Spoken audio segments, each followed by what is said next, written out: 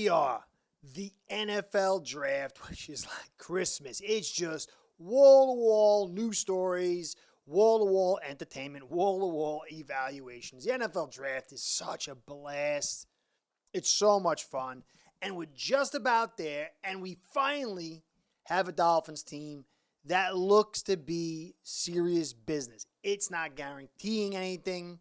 I can still see issues with this team going into the season, but the issues that I see are far, far less than I've seen in a long time. And the advantages and the ability to really do damage to other teams is much, much greater. Now, I'm going to cover today. Flemming, the tackle, was kind of hosted. The Dolphins got his eyes on him. So I'm going to talk about him a little bit today, do a little study on him, talk about where the Dolphins are looking at tight end, offensive line, touch on that a little bit. And then there's some other news that I saw. Obviously, the Rodgers thing, I'm going to touch on that. I'll go into more detail on that in a Jets podcast I'll do after this. And then there's little bits here and there of news that are interesting that I'll touch on. And I'll do the, what do they call it? The chapters, so you guys can, navigate your way through if something's interesting and it doesn't get lost, and you know what I'm saying. You know the deal. Now, got the schedule for tomorrow night, Wednesday, for the live thing. I'm going to go try to do the live stuff here. This whole camera thing is really wacky to me to begin with. But I know the live thing is definitely part of what this whole gig's about. I've touched on it. I enjoy doing my man Tommy. He calms me down. He runs the show. He's just a great guy. So I'm going to do this solo tomorrow. It's the schedule will be up. We'll be talking about some of the stuff I'm talking about here, a little bit greater detail. Some other things. Going to add a lot of graphics and new information I haven't covered before, as well as obviously touch on the draft. But the thing that I really want the most from this live stuff is communication. I love my comments. I really do, because I learn so much.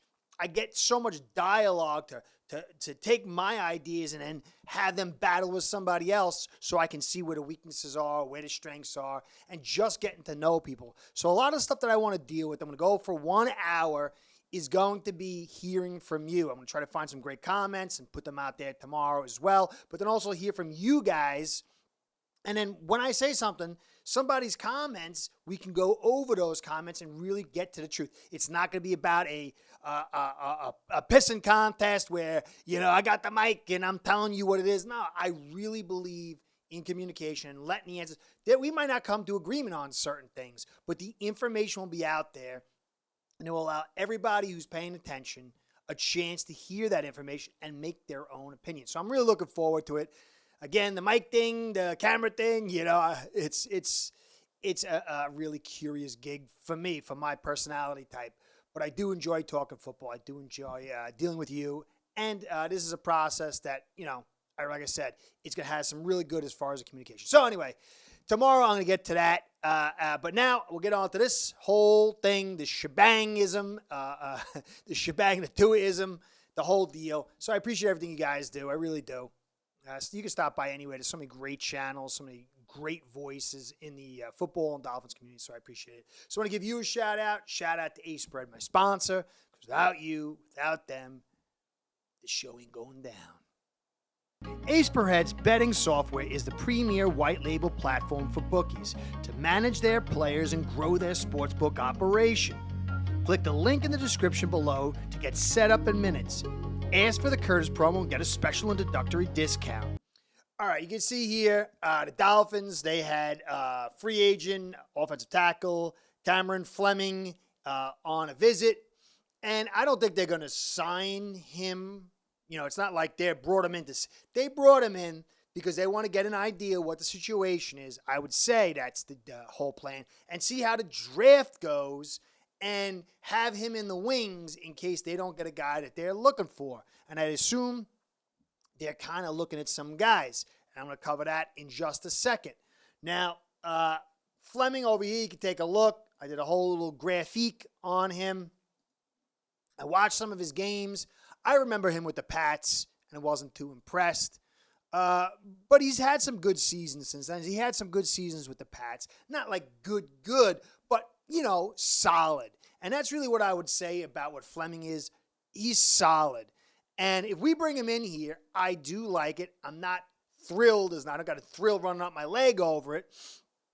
But the guy, you can see, 6'5", 320, slow, 5'28". I mean, it's fast for a guy that big. But, he's not a blazer as far as speed. And when you watch his tape, he has some really good traits. Some of the things I saw is his run blocking isn't so hot. He has a tendency not to really drive guys. And he'll get beat on double moves because he's kind of got good technique. He's kind of a little big, but not super strong. He's got a little bit of movement, but not really enough. So he's solid in a lot of areas. But I saw him get driven out on a horn and then get the spin or the swim come back inside. I saw some problems there. Not somebody on the speed burst to the edge, which I like. So we'll go over here. Overall, he had a 72.6, which is unbelievable compared to what we saw last year. Even with Shell, he's a much better pass blocker than Shell. And you can see the 74.1 pass blocking grade. But you got to hold that in a bubble a little bit because we don't know exactly what assignments he was given and how was. I watched a couple of games and I didn't see him getting tons of help, which I liked, which would kind of give this a good grade. But this was one of his better overall seasons. And, you have to kind of take that in a bubble. So I like what I saw. I kind of think he's hovering around his grade. You see his pass blocking grade, 74.1. Historically speaking, he's a better pass blocker than run blocker. His run blocking grade is 67.8, but I saw tons of times where I wasn't too thrilled. And so the thing that I like right off the bat is he's going to give Jackson competition. He's better than Jackson was last year. He's a better starter than we had last year if we bring him in. And he accentuates one of our strengths, which is the pass game. Now, the negative side to that, and, I've been talking about how this passing game is going in a good direction. It's going in a very powerful direction, a very potent direction. And it will take some of the pressure off the offensive line. Now, some people might not get what I'm saying here. I'm not saying, well, it's a done deal, we're going here or there, because certain situations are going to arise, whether you're facing a good defense, whether you're in bad weather, or a game has kind of created this moment where you're going to need the offensive line to dominate the line of scrimmage to get that run game going, whether it's a first down or get, on track to be on schedule on first down or whatever. You're going to have to dominate with blocking, and all the speed and all the movement is just not going to be the answer at that moment. And so for me, while I like so much what he's bringing, especially as depth, the lack of running game, when you combine it with Eichenberg, we're still kind of accentuating our weakness to a degree as we do accentuate our strengths. So we'll take a look at what we have here. He played 976 snaps, which is really good considering all the guys we went through last year. You can see he allowed 16 hurries. He had 6 penalties. That's the little red thing over there. I don't like that 6 penalties. It's a lot. Don't know exactly what they're all about. He had 7 sacks, 5 hits, total pressure is 28, which is not terrible. It's pretty good except for the penalties and the sacks. Now, one of those sacks I saw wasn't his fault. And that was one of the games I watched. So that's a little misleading, that number. But when you look over to the next column over, the little box over there, positional pivots, you see he played a left tackle, mostly right tackle, which is great for us. But then just below that, you'll see the running game, which is a 67.8. He's good at zone, good at gap, which means he doesn't have a weakness that we saw last year, which is really good in the run game. I thought this is a definite upgrade, not really a strength. And again, I think this is a little misleading from what I saw. But then to the left of that, I want to dial this in on the pass blocking, because he had the 74.4 and he did have a lot of penalties and a lot of sacks. And I said some of those are mitigated. But when you see TPS, true pressures allowed, okay? And that's when he was in real true pass sets and when it was really all about him. He gave up 6 sacks, 3 hits, 11 hurries, 20 pressures, efficiency 94.2. A lot of what he gave up was him. That was a really good season for him. And so I like the idea of bringing him in a lot because he's a lot better than what we've seen Jackson over the years. He's an excellent depth player who could play left and right. I got to see how he played on the left and how he played on the right. I really didn't investigate that, but obviously he's got the ability to play both. Downside is Patriots know him, so they'll know how to attack him. But overall, this is a really good signing, and I like it a ton. Now, as far as what we saw, or we could see in the draft, Quentin Barrow was a guy that the Dolphins have on their radar. He's 6'6", 317. You can see here. Lions worked out for him. He also met with the following teams on Pro Day. Rams, Texans, Lions, Seahawks, Dolphins, Broncos, per league source. And he has some really good strengths. Very long reach, big guy, obviously. But he's a little high cut. He's cut a little low, so he's got a big upper torso. He's not super nimble, and I don't know if I like him a ton in the zone stretch. I more like him inside as an inside zone kind of guy, or kind of a run heavy. I like his ability to run block a ton. Now, he's a big dude. I mean, clearly, 6'6". So he's an option for us, what they're kind of eyeing at, but I'm a little not too certain on whether I like him or not. I think he's going to be a plan C or D, but I do think they have an eye on a tackle, or else they would have signed Flemming. Because if they don't sign Flemming and another team looks at him, then it could be they lose out on him. So I really think they have their eyes on a tackle, in this draft coming up, which could be good news, or if we get the wrong guy, bad news, because Flemming's a decent option. So now I want to get on to the tight ends. Omar Kelly put this out. It's a different style across the board. A lot of positions. At TE, there are things you do in this offense you don't necessarily do in others. Durham's tight end Smythe said about Mike McDaniel's offense. There's definitely a learning curve at the TE position. So this kind of also is good because a tight end has lots of value in the McDaniel system, but then it means it could be a long learning curve for tight ends that want to come in and you want to draft, and it might not help us this year. And then that might make it curious as to whether we actually draft a tight end or not. But we saw over here an NFL evaluator who knows McDaniel's system and what the front office values in tight ends and the players projected in their range value would make the most sense. Talked about a couple players, but one of them was 6'5", Tucker Kraft, who I said I really think would be a great pickup in the third round. 6'6", Luke Musgrave as well, and then Penn State's Brenton Strange they said the evaluators said they all three could be decent or better NFL receivers and blockers.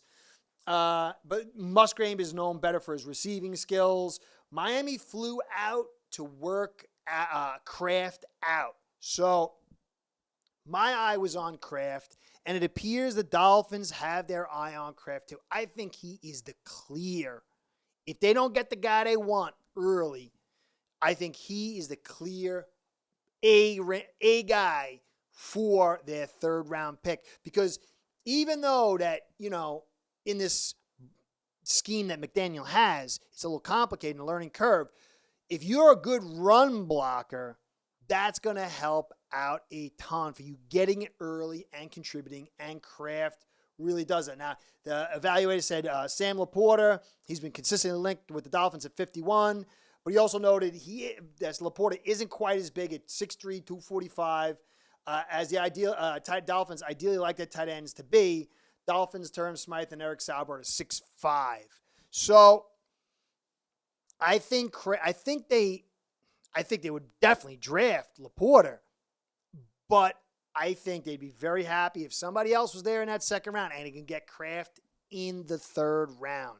I think blocking, as I've said, I've gone over many times with this run game and this offense, We need some physicality. We need to bring some cement in the behind and cement in the hands because we play in the AFC East. We're the Sunshine Boys, but we spend a lot of time up in the northern gray skies. And if you got a snow game or bad weather game or a game where you need to be physical and you don't got the tools, it could be a problem. There's ways out of that. We come out of the gates hot, we win the division, everybody comes to us in the playoffs, and we're not desperately in need of winning these gray weather sky games, but you can't really bank on it. You need some physicality, and that's why I really, really, really like Kraft. Now, some other bits of news. I really like Chosen. Chosen Anderson for many reasons. I really think that the leverage he creates is going to alleviate some of the issues we have on the offensive line. It's not going to negate it. You know, you're not going to, get out of jail free card if your offensive line is hot doo-doo. But it certainly, 100%, you bring out that nickel with maybe a tight end who is like a Laporta or something, you're creating leverage. The defense is backing up, less guys to blitz, and it's going to make it a little bit easier on your offensive line. Now, another reason I like this deal, if he gets cut, it's only $150,000. So he is on a earn it deal. And that's phenomenal. We're not in a bind. We want to move on from him. We can. And I like that a ton. So now another bit, I saw a little information. Doctors said that Tua, that once he's many, many months removed from a concussion, there's no medical evidence to suggest he's more likely to another one than someone who hasn't ever been concussed. Now, that's good news. But one thing I didn't like about this, there was no real specificity on the many, many months. What does that mean, many, many months? 150 months? 9 months? What does that mean? So, but all the information I found said that there's cellular damage and stress on the brain of the player or something to that effect. But whatever. I have to go back and reread it. I don't remember. But it said basically 12 months was that point where once you get past 12 months, and maybe it's 11 months, I don't know. But the general area was 12 months. So I wanted to dial that in for the many, many months. So you're talking that Tua really is free and clear from everything that's out there to get another or more predisposed to more concussions after 12-ish months, 11, 12, 13, who knows, okay? So that was the many, many months thing. But that's going to put Tua, if you go by the, what I've seen around the 12 months, it's going to be a couple of games, like a month or two into the season before he's free and clear, or was it, I guess maybe 3 months in. So it's good news, and it's a little ambiguous, so I want to dial that in. Now, Deshaun Elliott, who we signed, I really like him a ton. We need safety depth and help.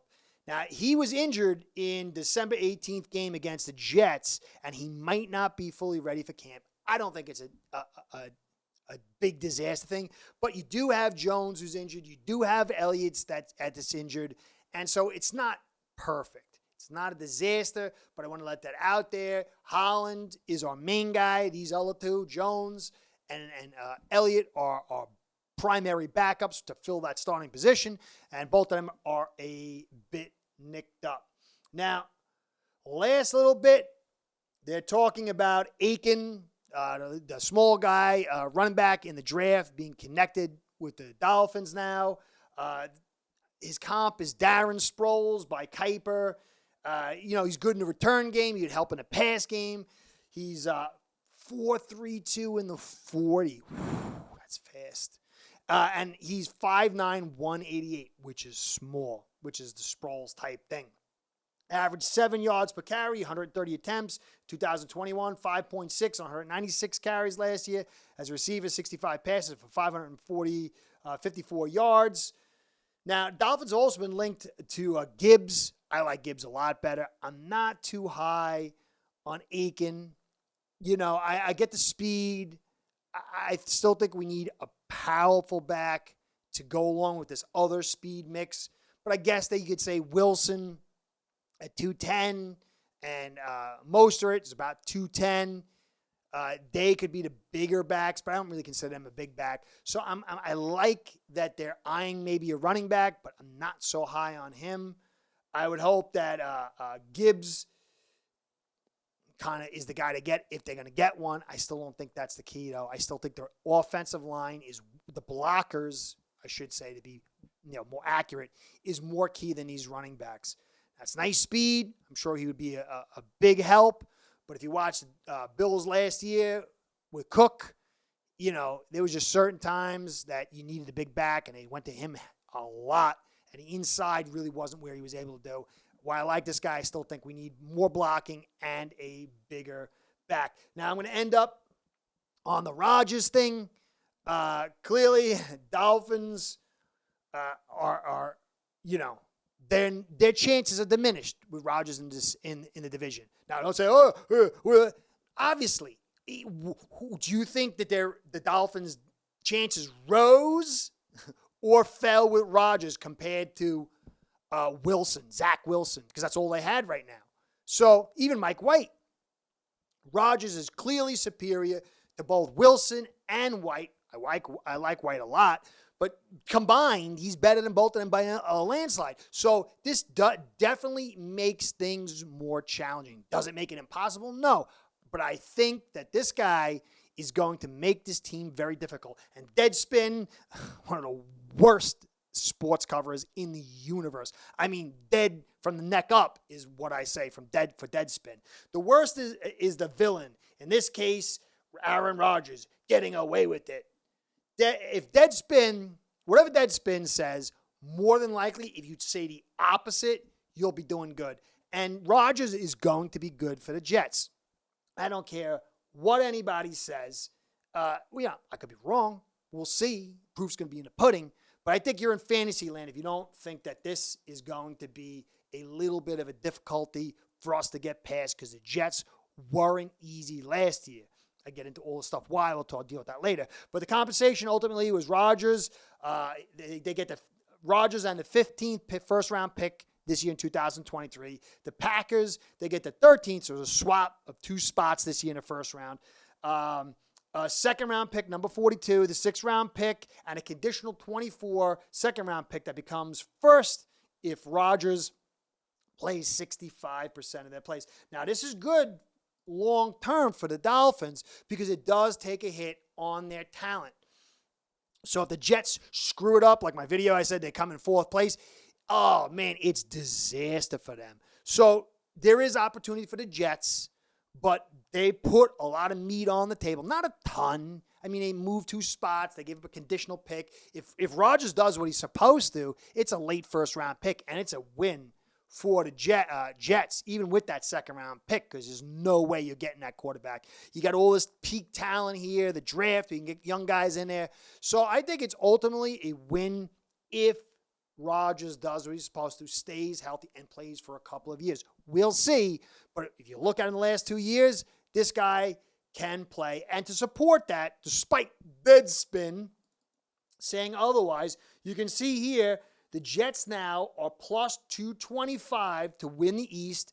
Bills still have the highest at plus 130, and the Dolphins at 300. So currently speaking, Vegas, the odds makers, or whoever that is, they lose money on getting potential, saying that the Jets have moved ahead of the Dolphins as potential by a decent amount. So Rodgers is going to have impact. Does that mean anything? No. It means we were said to, I forget what our win percentage was the last couple of years, and we exceeded it. So that is not guaranteed. But clearly the guys in the know who are losing money say that Rodgers is a decent to big size addition to this team. And it's going to make it interesting, guys. We have lots of moves on the table that I went over. Lots of moves that can help us to be successful and to overcome. And to me, beating Rodgers, beating Allen, and beating Belly over there to go in the AFC East would clear the ghosts of failure of this Dolphins team. And it would be this house's clear moment. We would be free of dysfunctionality and failure. So I love the fact that he's coming here, and it is a big deal.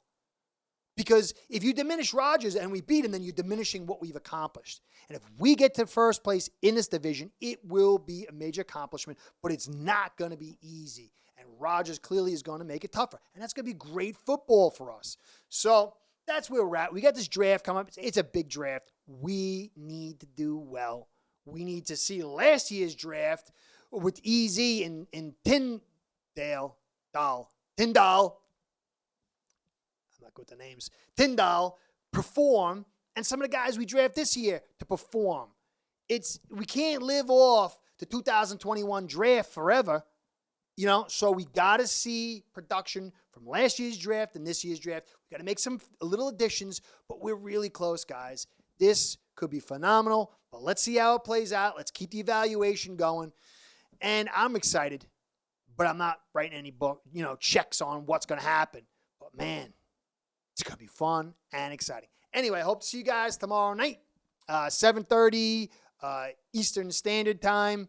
I will catch you, 8:30. Yeah, sorry, 8:30 Eastern Standard Time. I'm a little slow in the head. See you at the live, and if not, I also see you, if you want, over at Mafia Sports Report with my man Tommy. We're going to do the live thing Thursday and Friday. If not, I'll catch you again soon to talk about what the Dolphins did. Curtis saying, thanks again. Get you next time. Be well. Go Phins. Get some blockers. Run, blockers. Start building your own online sportsbook today by getting signed up with acebread.com service that'll allow you to book action on sports from all around the world.